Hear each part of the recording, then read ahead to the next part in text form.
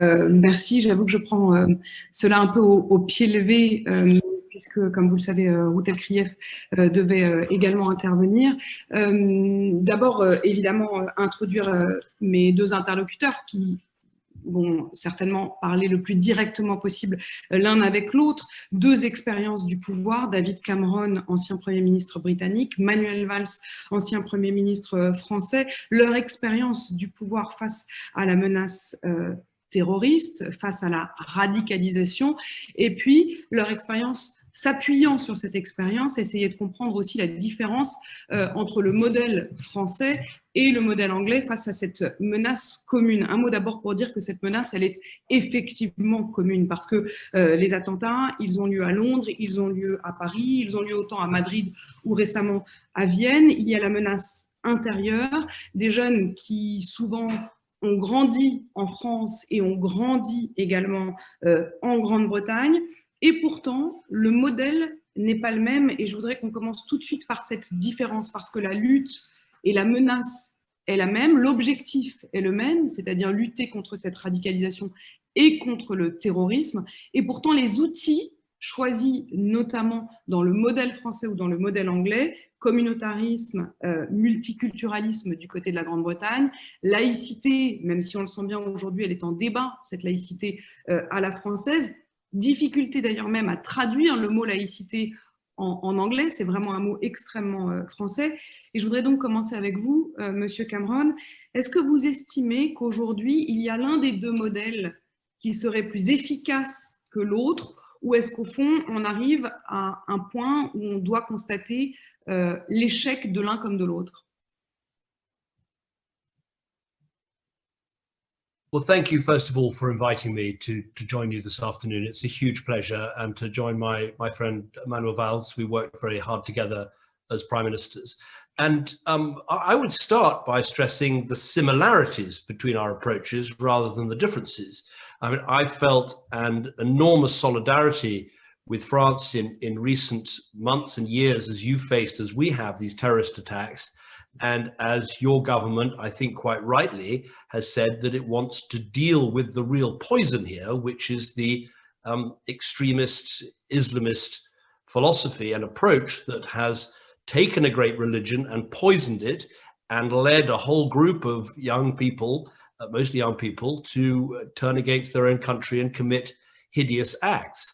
And it's a privilege to be able to speak about this. Where I think we share an approach, I'll come on to the differences, but we both, I think, take the view that, of course, we need to tackle poverty, of course, we need to tackle the sense of alienation, but at its core, what we're dealing with is a radical, poisonous philosophy that has perverted a great religion. And unless you deal with that extremism, unless you deal with that extremist thinking and rhetoric and extremist preachers and extremist proselytizers, unless you deal with that, you will never solve the problem. I think the French and British approach is very similar there. We also understand that you cannot simply do this on a domestic basis.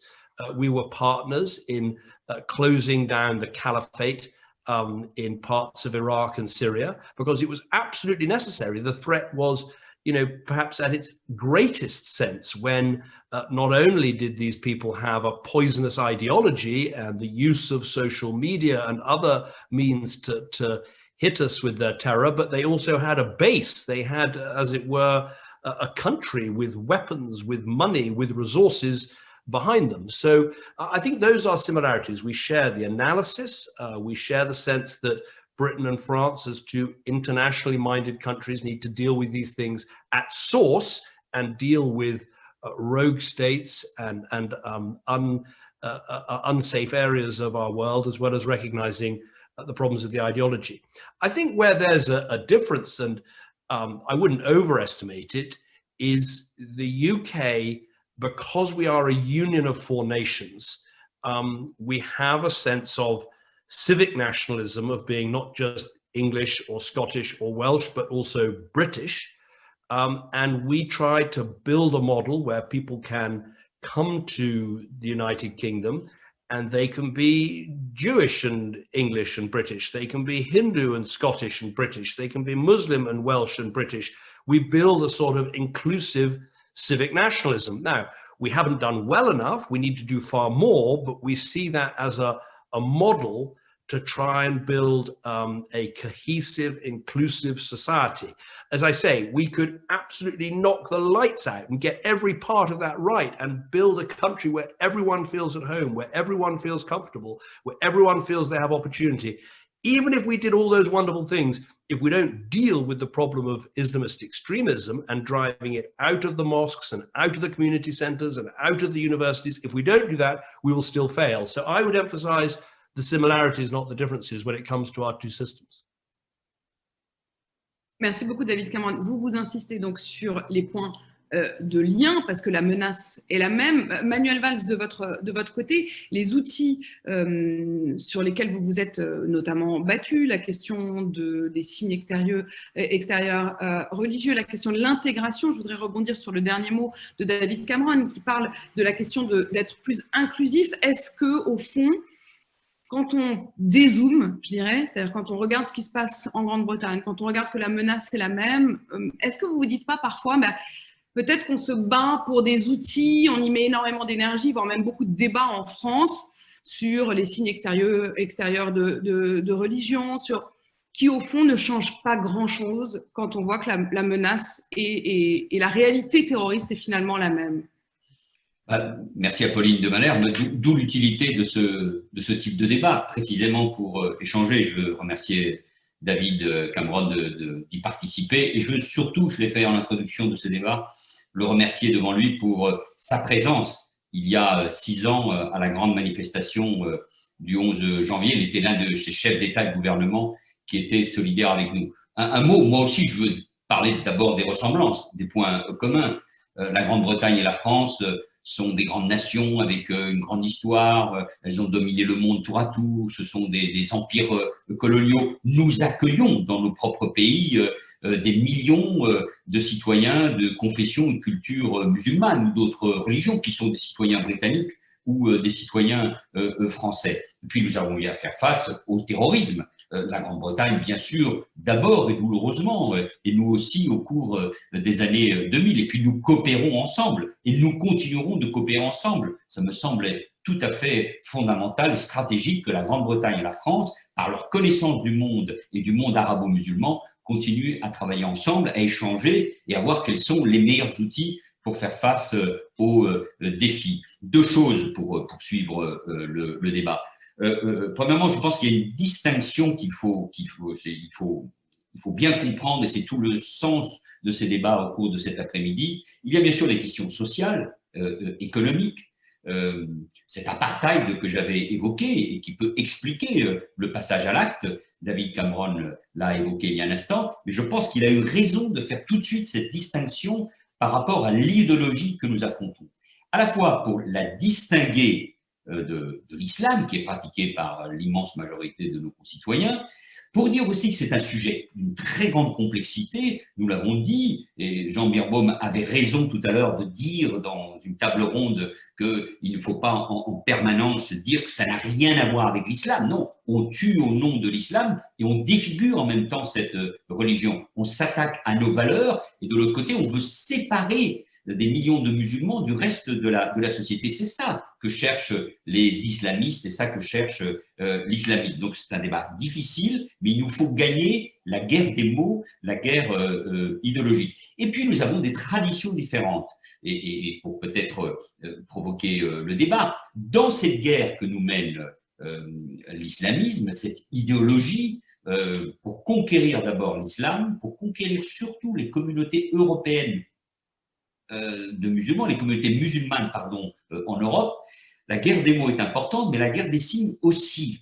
Et donc, moi j'ai la conviction depuis longtemps, notamment vis-à-vis des femmes, l'islamisme cherche à les mettre de côté dans la société à travers le voile intégral, à travers le voile compris comme une revendication politique et non pas comme une tradition, et par l'utilisation des mots comme des signes et des signes dits religieux, ils cherchent à imposer dans l'espace public et notamment dans ce qu'on appelle les quartiers populaires leur vision et à enfermer ces quartiers comme ils enferment les femmes dans une logique. Et c'est pour ça que tout en respectant les uns et les autres, au nom de ce que nous sommes, notre République, la laïcité, qui est tout simplement la possibilité de croire ou de ne pas croire. Il n'y a pas de laïcité ouverte ou fermée. La laïcité, elle est en soi modérée, c'est une liberté, et c'est pour cela que nous menons cette guerre. Et c'est pour cela que l'affaire de Charlie est aussi importante.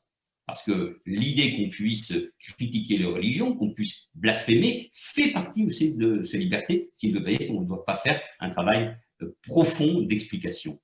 Je voudrais rebondir sur ce que vous dites à l'instant et vous évoquez Charlie Hebdo. Charlie Hebdo, c'est bien sûr l'attentat, c'est aussi la question des caricatures. Et plus récemment, avec à nouveau cette attaque qui a eu lieu à l'automne devant les anciens locaux de Charlie Hebdo, ça a réveillé cette question de la caricature vue éventuellement comme une provocation. Faut-il ou non publier les caricatures de Charlie Hebdo? Et là, je me tourne vers vous, David Cameron, parce que là aussi, il y a ce débat sur, y compris à travers la presse anglo-saxonne et la presse française, le New York Times, pour ne citer que lui, qui a choisi de ne plus publier de cartoons, de dessins de presse, par peur d'offenser est-ce qu'il faut, est-ce qu'autour de cette question de la liberté d'expression, c'est devenu une question véritablement politique? Emmanuel Macron lui-même a pris la parole, y compris dans les médias des pays arabes, pour affirmer que la France continuerait à soutenir la publication des caricatures.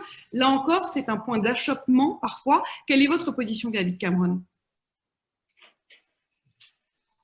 My view is that in a free society, we must be free to criticize religions, whether that is our own religions or the religions of others. That is absolutely essential. On the issue of cartoons, it's up to every newspaper, it's up to every publication to decide what their approach is. But as a country, as free countries believing in liberal values, we have to leave space open for there to be criticism, and we have to allow people to poke fun at religions. It can be painful if you're a believer and it's your own religion that's having fun poked at it, but that is, I think, part of living in a free society. I mean, I thought what Manuel said just shows how closely aligned the British and French positions are, that we understand the importance of going after the extremism. And the way I often put it is that there's been failings on the left and failings on the right. On the left, there's been a tendency to look at violent terrorism and say that it's caused either by poverty or it's caused by Western foreign policy, and to say it's got nothing to do with Islam. But there is an equal failure on the hard right, which is to say this is everything to do with Islam, and it's Islam itself that is wrong. I think that is mistaken. Donald Trump sometimes talks about Islamic terrorism, and I think that is profoundly unhelpful. Muslims hear that and feel he's talking about us. It's absolutely vital we get this language right and talk about extremist Islamism and violence. What is happening here is not a clash of civilizations between the Christian West and the Muslim East. This is a clash within Islam. It's a civil war within Islam, where we should be taking the side of the mainstream majority and helping them to expel these extremists from their religion. And that's why the careful thinking that Manuel and others are doing is so important, and why the careful use of language is so important. But as for the issue of being able to criticize religions, we must be able to in a free country. David Cameron, vous appuyez à l'instant sur la distinction fondamentale entre islam et islamisme. C'est une distinction d'ailleurs sur laquelle vous aviez insisté alors que vous étiez Premier ministre. J'ai retrouvé les mots que vous disiez au moment de la conférence de sécurité de Munich en 2011, où vous disiez « Nous devons remonter aux origines des attaques terroristes. Il existe une idéologie, l'extrémisme islamiste, à distinguer de l'islam. » Et vous disiez « L'islamisme radical, c'est une idéologie politique qui concerne une minorité. » En France, aujourd'hui et depuis maintenant longtemps, on tente de créer ce qu'on appelle un islam de France. Je voudrais d'abord que vous puissiez vous exprimer là-dessus, Manuel Valls, et ensuite vous entendre, David Cameron, sur l'expérience britannique de cette question-là. On le voit bien, en France, c'est presque en train de devenir un serpent de mer, extrêmement difficile. Quelle doit être la position de l'État? Est-ce qu'il faut qu'on valide des imams avec une sorte de tampon officiel pour dire que ceux-là seraient les bons et les autres seraient les mauvais, parce qu'ils seraient compatibles ou non avec l'esprit de la République? Il y a également la question du financement de l'islam de France? Est-ce qu'il faut ou non accepter des financements étrangers? Un mot sur cette difficulté en France, et on l'a vu encore récemment avec les clashs au sein même des organisations de l'islam de France, pour trouver une voie commune. Bon, je veux saluer les propos, mais qui ne m'étonnent pas, parce que je les connaissais, de David Cameron, sur les distinctions qu'il fait, et sur le fait que tant à droite qu'à gauche, beaucoup se sont perdus dans les mots et dans les valeurs. C'est vrai à gauche en France, ça a été vrai dans la gauche travailliste britannique, où l'antisémitisme, qui est la matrice de l'islamisme, a fait aussi des ravages. Et la haine d'Israël, l'antisionisme, qui sont tout simplement aujourd'hui des synonymes de l'antisémitisme, en sont des preuves. Elles ont ravagé une grande partie de la gauche au niveau mondial, et elles ravagent encore parfois un monde intellectuel ou un monde journalistique, nous voyons dans un certain nombre d'organes de presse. Le sujet que vous évoquez, Apolline de Malherbe, a une très grande complexité. Parce que vous avez raison, nous tâtonnons.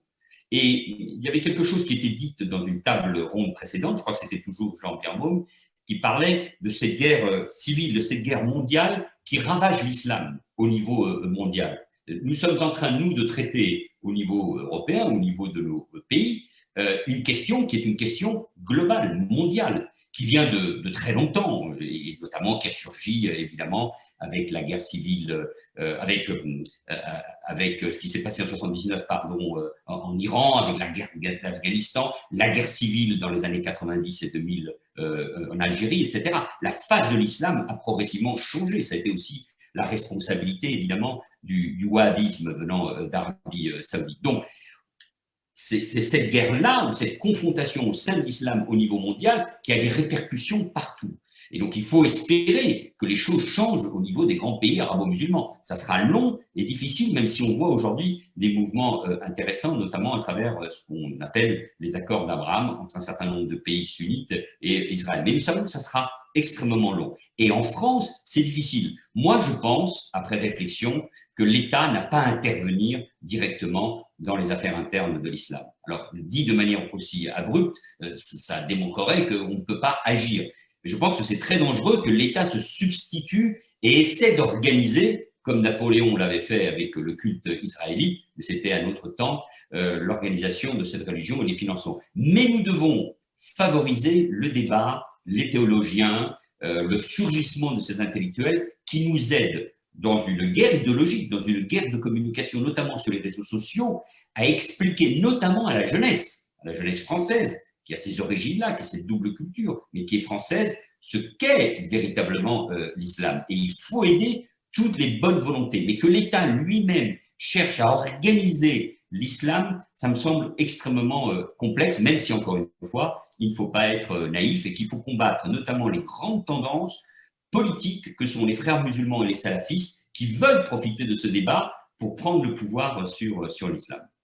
Avant d'élargir, vous l'avez évoqué à l'instant, à la question aussi des relations internationales, parce qu'il y a la lutte contre la radicalisation sur nos territoires européens, et puis il y a la question aussi de la relation, y compris diplomatique, voire même des interventions militaires à l'étranger.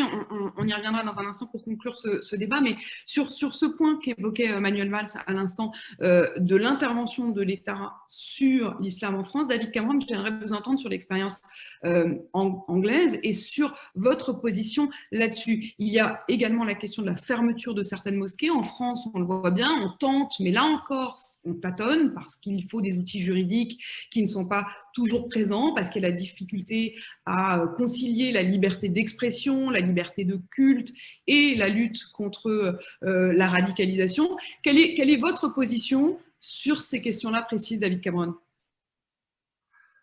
One of the things we did in government was we sat down and decided that if we were going to have a task force against extremism, first we needed to define extremism. And this is important because until you define what you mean by extremism and what you mean by Islamist extremism, then you can't really get anywhere. So once you've got that straight, then there are some quite straightforward things to do and then some very difficult things to do. The more straightforward things to do is to make sure that you're not allowing extremist Islamism to be taught in schools, whether they are separate Muslim schools, private schools. You must make sure that you aren't having extremist Islamist preachers in universities. You need to make sure that your charitable commissions are not allowing as charities extremist-led community and cultural centers. So I think it's very important in these discussions to get to some practicalities, some things that every local authority, every mayor, every town, every city should be doing. I think they're difficult, but they're relatively straightforward. I think the most difficult bit is what you and Manuel have just spoken about, which is how does the state try and encourage a sort of responsible Islam and build a framework for it? Because that is very, very hard. If you want to talk to the Catholic Church in England, it's easy. You call in the Archbishop and there's a team. If you want to speak to the Jewish community, it's straightforward. There's the Jewish Leadership Council. They come with the chief rabbi, the Jewish Students' Organization, the Board of Deputies of British Jews. There's an organization. It is more difficult with Islam because there isn't a structure. But of course, if you try and create one from the outside, that is not going to work. So what you have to do is try to encourage one to be built and to be organized.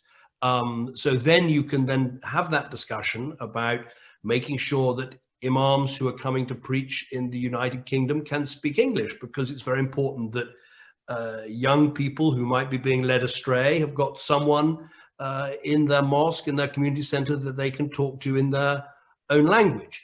But I think that is the most difficult part. But going back to your original question, where in the world do you see Islam and the state interacting in a way that has had some positive outcomes?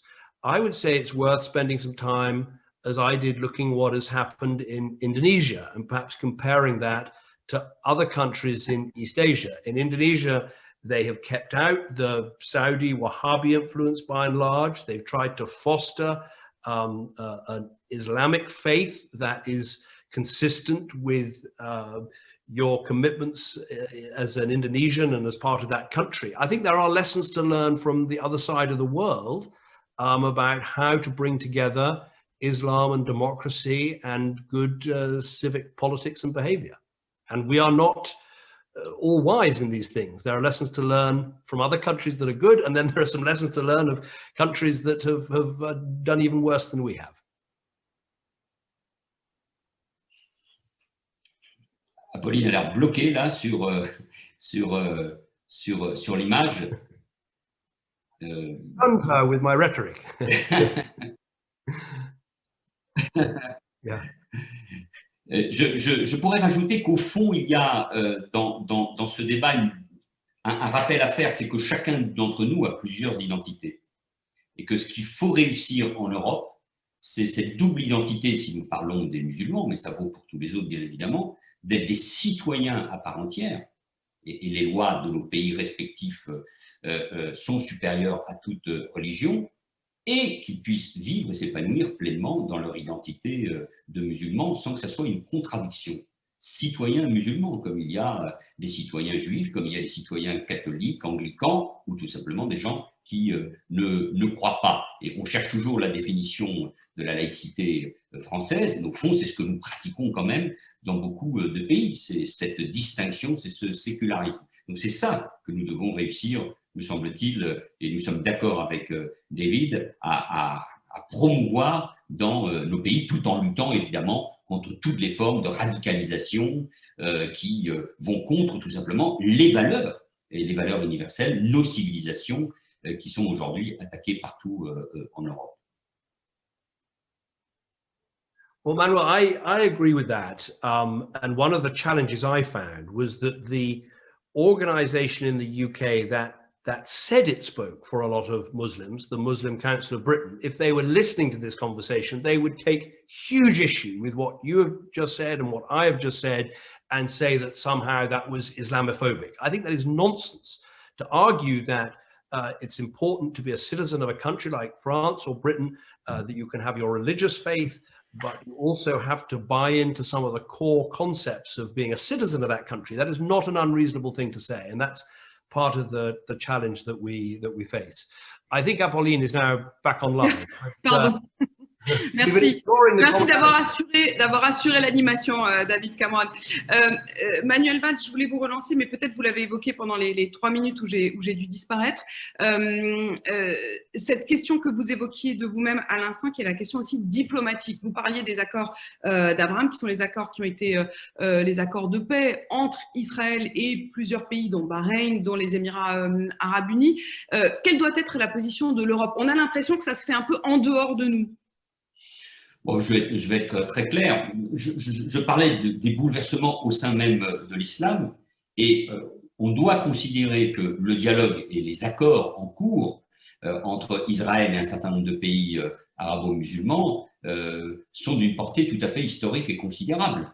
Enfin, un accord avec le Maroc, même si c'est une tradition qui existait déjà, c'est avec un royaume dont le roi est considéré comme le commandeur des croyants. Et demain, sans doute, un autre accord avec l'Arabie saoudite, c'est le pays qui accueille des lieux saints de l'islam très, très importants. Donc, on voit bien que là, il y a une modification, un changement profond qui va avoir des répercussions, évidemment, dans le monde, même si la base est aussi, et nous le savons, mais pas seulement la confrontation avec l'Iran, pas seulement, je pense que c'est aussi des accords stratégiques positifs dans bien des domaines. Et je pense que l'Europe, et parfois même la diplomatie française, sont trop frileuses, sont restées trop sur le langage des années 60 et 70 et devraient saluer ce qui est en train de se passer, sans naïveté bien évidemment, mais ce qui est en train de se passer est considérable et va changer, va bouleverser beaucoup de choses. Et si je reviens à notre débat, et je termine avec cela, c'est bien sûr la question du rapport à Israël, de la lutte contre l'antisionisme, de la lutte contre l'antisémitisme qui est derrière. Et je pense que ça, c'est un changement très important. Et j'espère que d'autres pays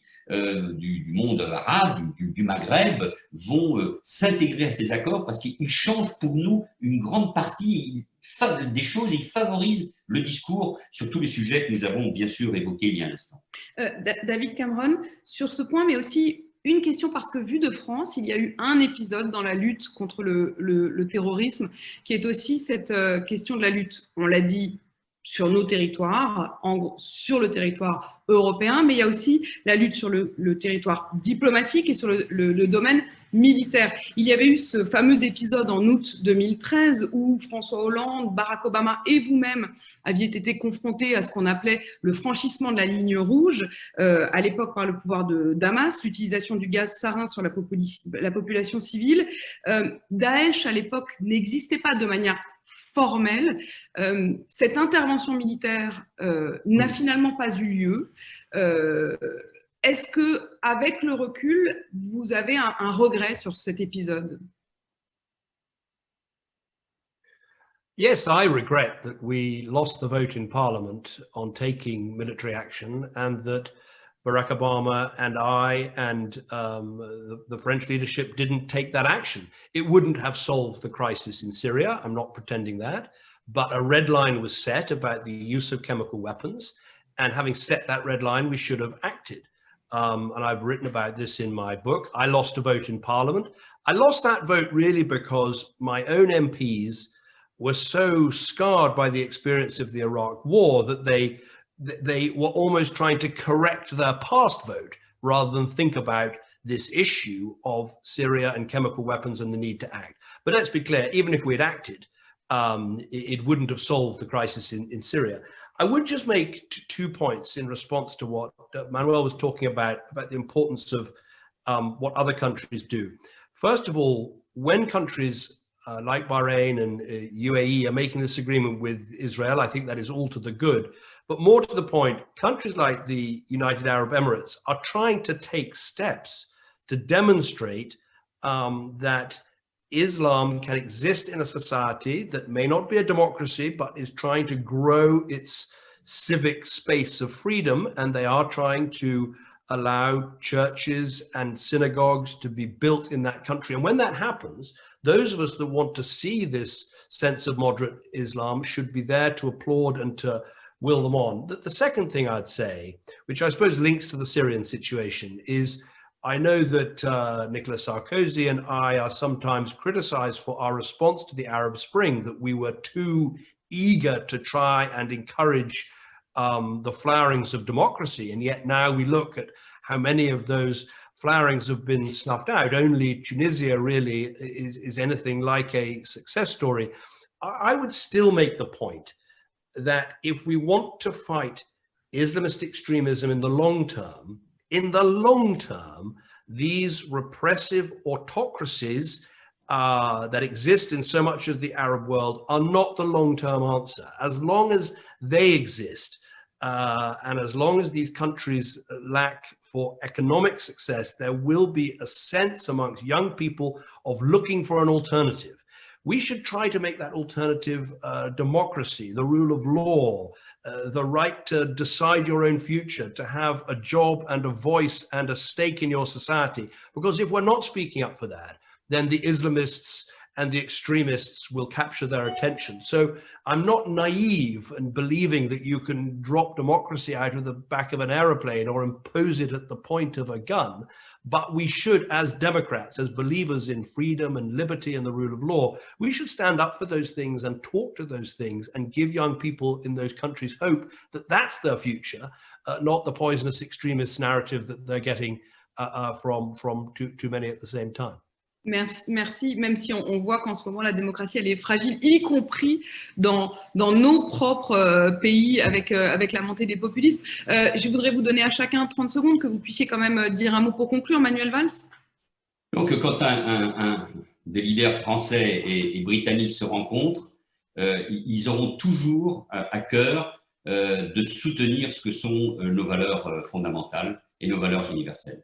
Et la démocratie et la liberté, même si elles vont de pair, bien sûr, avec le développement économique et l'épanouissement de chacun, mais la démocratie et la liberté, on l'a bien vu avec ces images terribles au Capitole à Washington ces derniers jours, sont des valeurs, sont des principes, sont des faits que nous devons défendre. Et la France aura toujours besoin d'être aux côtés de la Grande-Bretagne de Churchill, que nous n'oublierons jamais, mais parce que dans le monde d'aujourd'hui, nous sommes deux grandes nations qui devons défendre ces principes, qui sont critiqués partout, par tous les populismes, mais qui nous permettent, il n'y a pas d'autre système possible alternatif. Et c'est vrai aussi demain pour affronter ce grand défi qui est celui de l'islam dans nos sociétés et que l'islam a lui-même au sein. Je voudrais vraiment remercier David d'avoir participé à ce débat et à cette invitation. Il reste, je le vois, extrêmement actif dans ses réflexions et il parle comme le grand leader qu'il a été. David Cameron, à votre tour de conclure.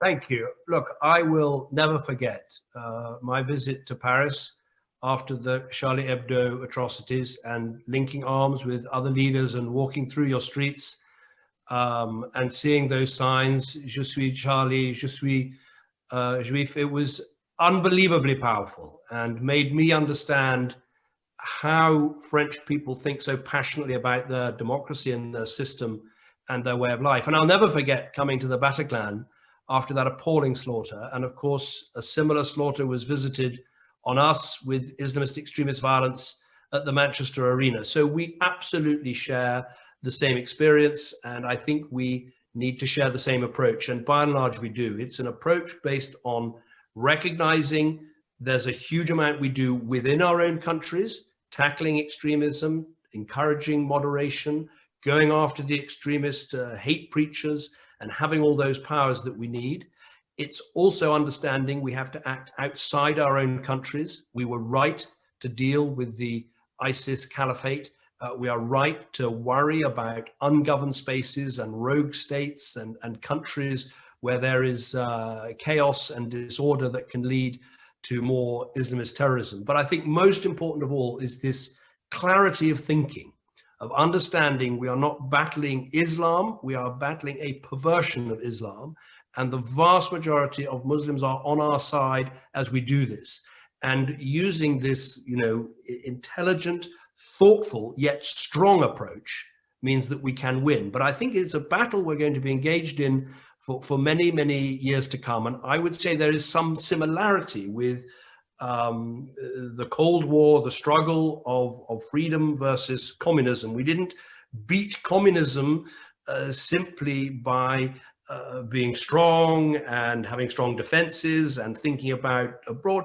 We won because we explained the strength of our system, of our way of life, of our freedom, of the hope, and the fact that we wanted to build societies where everyone could succeed and everyone could get on. And I think that in some ways we need to invert politics. So much in politics we say, here's my health policy, here's my housing policy, here's my education policy. And there's this thing called cohesion and inclusion about how to make everyone want to belong in France or how to make everyone want to belong in Britain. We need to flip politics around and say, that's the most important thing. How we make people feel to belong in our country, to love our countries, to want to be citizens of our countries. And from that should follow the right education policy, the right housing policy, the right economic policy. Because really there's no bigger challenge for countries like ours. We are multi-ethnic, multiracial democracies, and we must make sure we're the most brilliant opportunity and meritocratic and inclusive democracies. And then finally we will win this great struggle. But it's one I suspect we'll be having conferences for many years to come. À la fin, on y arrivera. Essayons donc de reprendre ces mots d'espoir, et puis vous avez conclu effectivement sur tous les points communs aussi dans cette lutte. Vous le disiez, c'est aussi ça a du sens et c'est particulièrement émouvant d'avoir cette discussion en ce jour du 11 janvier, bien sûr, jour anniversaire de cette grande manifestation où vous participiez, bien sûr, tous les deux. Merci beaucoup d'avoir accepté de discuter aujourd'hui, et la discussion se poursuit, bien sûr.